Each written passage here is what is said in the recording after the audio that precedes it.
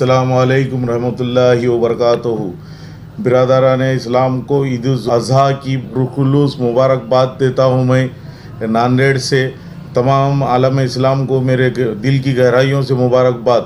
اللہ تعالیٰ سب کو خوش و خرم رکھے اور خیر سے عید منائیں اور سب امن سے منائیں۔ اور عید کے معنی ہیں خوشی کے موقع پر ہر ایک کو ساتھ لے۔ عید کا موقع یہ ہے قربانی دینے کا، اس کے معنی یہ ہے قربانی دینے کے کہ گلے ملے اور گلے مل کر لوگوں کو محبت بانٹے، تاکہ کوئی نفرت پیدا نہ ہو اور دلوں سے محبت نکلے اور ہر آدمی ایک غریب کی مدد کرے۔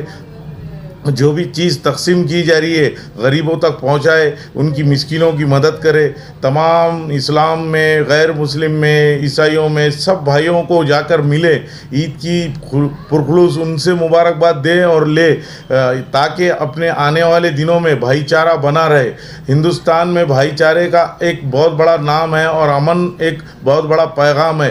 ہر ایک کو اپنے دھرم کا پالن کرنا چاہیے۔ یہ عید کا موقع ہے، آنے والے دنوں میں عید میں جو بھی کسی کو تکلیف نہ ہو ایسا کام کریے۔ غلیظی ہے اس کو حفاظت سے کام رکھے اور سیدھا نگر پالیکا کے لوگوں کو بلائیے اور ان کو دے دیجیے۔ اور جو بھی صاف صفائی کا دھیان رکھیے، جو صفائی کرمچاری ہے ان کا فون نمبر لیجئے اور ان کو فون کیجئے، آ کر یہاں پر جو بھی صفائی ہے کریے۔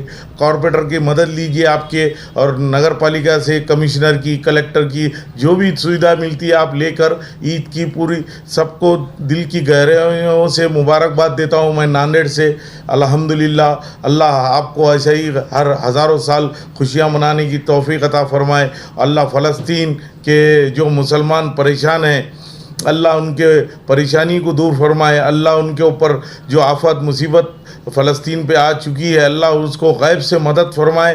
اللہ آپ تماموں سے گزارش کرتا ہوں کہ فلسطین کے لیے خاص طور پہ عیدگاہ پہ اور ہر جمعہ میں فلسطین کے لیے ہر نماز میں عورتیں، ماں بہنیں سب مل کر بھائی چارے سے دعا کیجئے۔ اللہ فلسطین کے بارے میں جتنا کر سکتے مدد، جو بھی کر سکتے کریے۔ فلسطین میں اس وقت بہت مدد کی ضرورت ہے اور بہت بے تحاشا وہاں پہ لوگ تکلیف میں ہیں، جو تکلیف بیان نہیں کر سکتے، اتنی تکلیف میں ہیں۔ اللہ ان کے اوپر رحم و کرم کا معاملہ فرمائے۔